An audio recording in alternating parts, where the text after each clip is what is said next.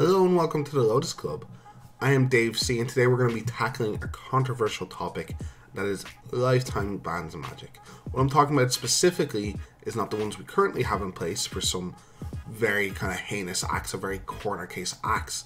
I mean, should people get banned lifetime for their first bannable offense? Twitter is alight with this conversation recently because of Alex Bernacchini making a deep run in GP Phoenix. This person's already been banned twice from the game and has shown little to no remorse on many occasions for what he's done before. So why do we let Alex continue to play? Should he have been banned a very long time ago? Now, before we dive into this kind of conversation, we should kind of look at why we ban people. We ban people for two reasons. We ban people to protect fair playing players. We can't have these people take advantage of players and hurt the integrity of tournaments. And we ban people, secondly, most specifically for lengths of time, so they can come back and play again. So they can not be a menace to our community for a certain amount of time, and we give them a chance to possibly reflect and come back as fair players. But is that what the current ban system is achieving? You know, I think I start thinking about this a lot because of its comparisons to prison. You know, we're talking about rehabilitation. That's one of the reasons we have a length of time from banning. A lot of people, when you bring up this conversation, say, do people not deserve more of a chance? Do people not deserve to change? And don't people change? Don't you think people have the ability to change? These are very deep and philosophical conversations to have about a card game. And I think Patrick Sullivan put it best and got me really thinking about this in a tweet where he said, being banned from Magic is more analogous to being 86th from your local bar than being sent to jail. And I don't think we should use language of criminal justice or rehabilitation like to describe it. And I really have to agree with him. I've struggled with this conversation before when I brought it up, when I said I think that maybe lifetime bans should be implicated, or way harsher bans for first time offenders because of the integrity of the game. And people say, no, people need a chance to change. Well, this isn't prison. We're not changing society. People aren't doing hard time. It is such a little punishment. It is one card game. They aren't even stopped from playing Magic completely. They can still play casual drafts. They can still play Magic Online. I assume they're still going to be play Magic Arena when that comes out. And they can still just play with their friends. They're just not allowed to play sanctioned games of Magic. And does this kind of ban or punishment, no matter the length of it, really rehabilitate anyone? We shouldn't really compare it to the criminal justice system in that sense. And is that the obligation of the game to make someone a better person? On top of this, if this is the hill you want to die on, that rehabilitation is possible, and we do have to, you know, put it hand in hand with the same thing as prison sentences, prison doesn't really work. There's lots of research out there to show that the criminal justice system, as it is in many countries, you know, turn first-time offenders or soft offenders into hardened criminals, into lifetime offenders. And you could maybe argue the same with banning. Does banning someone that cheated lead to them being remorseful and sorry for their actions? Or does it lead them to become better at cheating, more aware of what judges are looking for, and come back with new skills that maybe they didn't have before, much like a prison system does? One big counter-argument to lifetime bans is, when we are young, we are stupid. When we are younger, we are learning. These are our formative years. We make mistakes, and if we were punished harshly and severely for everything we did when we were young, then what kind of lives would we have when we're older? Who isn't sorry for something they did in their youth? And I will put my hand up first and say I was an idiot kid. I'm an idiot adult now, but I was also an idiot kid. And I cheated a couple times in Magic when I was younger, or something I would consider cheating now. And I think a lot of people, I'm going to tell you what I did, can kind of relate to this in similar cheats. When I was first finding out what judges were and what warnings were, I was kind of terrified of them as like a punishment thing, as a lot of people are. And a lot of the changes that have been made in the judge system over the last few years are to make warnings less harsh, so people are less scared to report themselves. Saying that I mulliganed to 6 and accidentally drew 7 cards, I remember pretty vividly, at a pre-release. And instead of calling a judge, because I was so scared of getting reprimanded and not being able to play the rest of my pre-release, I just didn't draw for my next draw step, thinking that would be fair, and this way I get to keep playing the tournament. Of course, if a judge knew that I had purposely not called a judge, that's a DQ. I'm out of the tournament. That's fair. Another one I did was I went to Nationals. This was the same year. This was my first year of trying to get into competitive Magic and learning what kind of judges were. And I had a proxied Kamal in my deck, in my Elfin Nail deck. I drew it in my opening game, in my first game, and I conceded the match so I could go and buy one. I had meant to buy one at the start of the tournament, being with Nationals, hanging out with friends, getting cards together for my deck was a bit overwhelming, and I had just forgotten to buy this one card. So I went and bought it, and I played with a complete deck for the rest of the tournament. In hindsight, if I had called a judge, the judge probably gives me a game lost and gives me a chance to run over to the stall and buy one. Hell, maybe if the judge is generous, or by today's rulings, I would just be able to go buy one. It's just an honest mistake, and you don't want to punish people for those honest mistakes. Maybe the judge quickly checks my deck to make sure there's no shenanigans or duplicates and checks my deck list. But back then, I was scared. Nationals was coming up all year that I'd get DQ'd on the spot. And these are stupid things I did, and if I got lifetime banned for these things, it would be awful. I had a conversation with April King, who's very active on social media. I recommend following her if you're interested about these kind of Magic conversations, and she puts it very well. I've been playing Magic since 1994, when I was 13. I've never cheated, but I've done a lot of really stupid stuff in my life. I can't imagine how much worse my life would have been if I had been permanently banned from a game I love because I made a stupid mistake as a teen, and I can completely agree with that. The thing about that is, people usually do not get banned on their first DQ.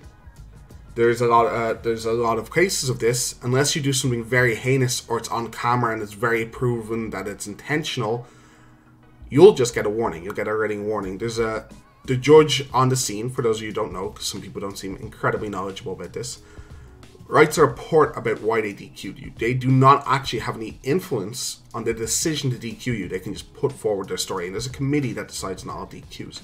They take outside factors into consideration.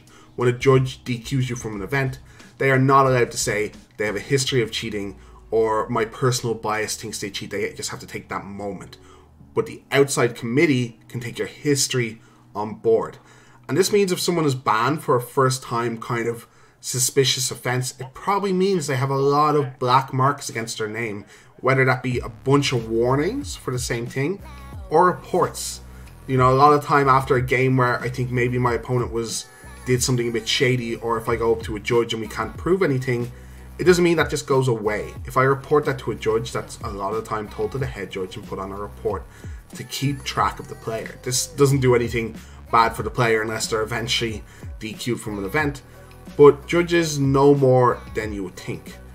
So when a player gets DQ'd from an event and then gets all of a sudden a very lengthy ban, a lot of the time this isn't because of the offense they did, it's because they have a pretty long record of warnings and judges being very suspicious of the player and stuff that can't exactly be proven but is very, very likely cheating, and that's why they take such a long ban.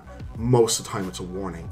So when I'm young, and say young Dave had got caught with his proxy, and a judge judged that I had just conceded to conceal this, and that was a DQable offense, it is very unlikely I would have served any length of ban. It is a lot more likely that I would have got a written warning, and if I was genuinely remorseful and just a dumb kid, I wouldn't have cheated again. I would say this for most opportunistic cheats. You know, opportunistic is when I see something that I could exploit instead of lining something up. A kind of meditated cheat would be something like stacking my deck, shuffling in certain ways that are cheating, but I chose to miss that trigger. I knew my opponent missed the trigger, but I didn't say anything, and the judge proved that I knew later. Those are opportunistic, and a lot of the time they will get a warning if that is your first one. So I don't think it's a first strike. I don't think random young stupid kids are going to end up getting lifetime ban because of the decision to implement lifetime bans. I think the kid would have to consistently be stupid and consistently have a willingness to bend the rules or cheat, and maybe then should they be allowed to keep playing the game. That is what, of course, we're asking here. Now, we've talked a lot about the kind of costs of being young and stupid here, and maybe lifetime bans are too severe for someone that, you know, in their formative years doesn't have the full weight of consequence or knowing what consequence is. But I want to talk a bit more about costs and what it costs the community and players, because I think the costs are very real to the individuals, maybe not to the community. The community probably isn't going to ever get so bad, or the cheating epidemic gets so bad that it affects our numbers or the kind of wellness of our community. But an individual cheater takes a lot away from the people they play. I spend €200-300 to go to a GP a couple times a year. Now, I'm very competitive, and I would probably be a corner case in this, but even Joe Average goes to his FNMs and a couple of his PTQs a year. There's a GP within a 2-hour drive goes, and that still costs him a couple $100. The GP itself is minimum $60, $70, I think, at the moment. And they are playing for day 2. So let's not even say me, who has been playing for top 8 in situations and playing for the Pro Tour and other situations. But they're playing for day 2, and day 2 is a very massive intrinsic goal for them. And they get cheated, and it's very hard to prove. And that takes so much value away from them, but also essentially robs the money they have spent on a hotel, on the GP, on gas to drive down, or on the airplane fare. That's all gone because of a small cheat one person did at one time. And that person might have cheated a couple different people in the tournament and taken that money away from each one of them. Now, let alone if you're playing for top 8 or you're playing in the finals of a PTQ or something of this ilk, how much is a Pro Tour qualification worth? It's worth a lot of money, not just the prize money you win at the GP, but one Pro Tour gives you a chance at another. There's the EV of being in the Pro Tour itself, the intrinsic value of getting to reach your goals, what you've worked and strived very long for a very long amount of time for. I think because it's a card game, sometimes it's overlooked how much individual cheats or cheaters can take away from people. And they take away a lot. I think they take away an awful lot, and this is something I weigh up when I talk about lifetime bans or people getting into the Hall of Fame that have been caught cheating on multiple different occasions. So I think while we have to realize that people might be able to change, even if the bans don't change them, even if just getting older does, how much these people have taken away from people is something very much worth considering. Even if you take it to a very small ground level, someone's, you know, paying $10 into their car to go to their local FNM and $10-20 to play in their FNM, and they don't win anything and they feel pretty awful because they lost. They go 2-2 instead of 3-1 to win prizes, and this person again has stolen that $30-40 off someone. I think there is a monetary value, not only an intrinsic value, but a monetary value you can put on losing to people who cheat.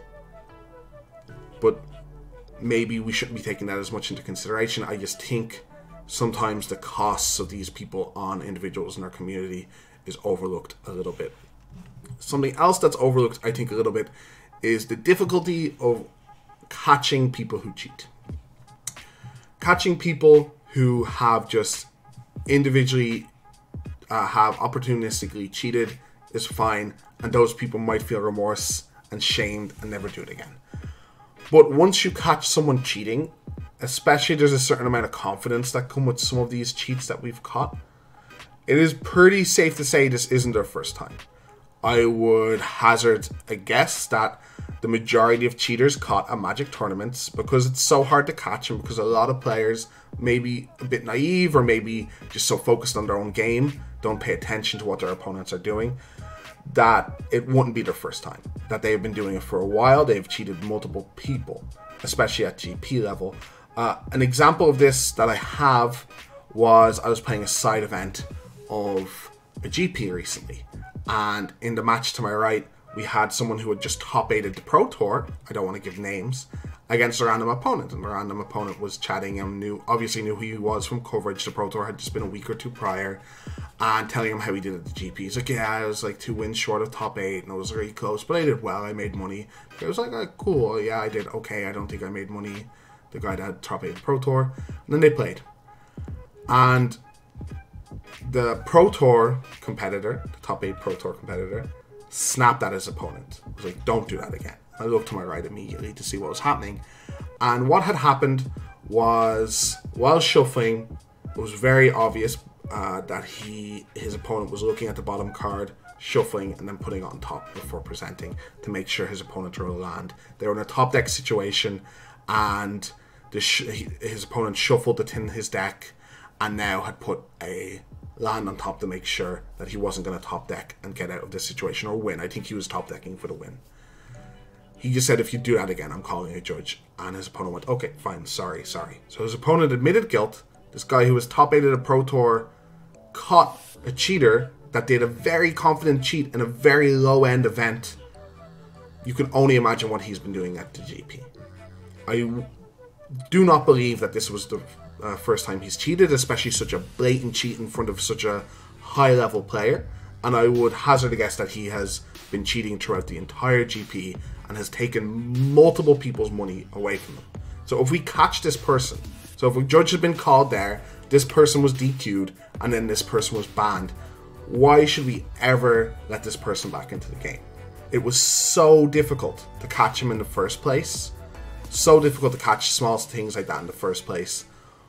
Why should we give the opportunity for more people to pay the price of this cheater being in circulation? And that is my big question. Why are we making people in the community that are fair pay costs for the tiny hope that there is a group of people that are rehabilitated by this? I just don't think it happens, and I don't believe that bans make it happen. I also think the difficulty of catching these people is extremely, extremely high.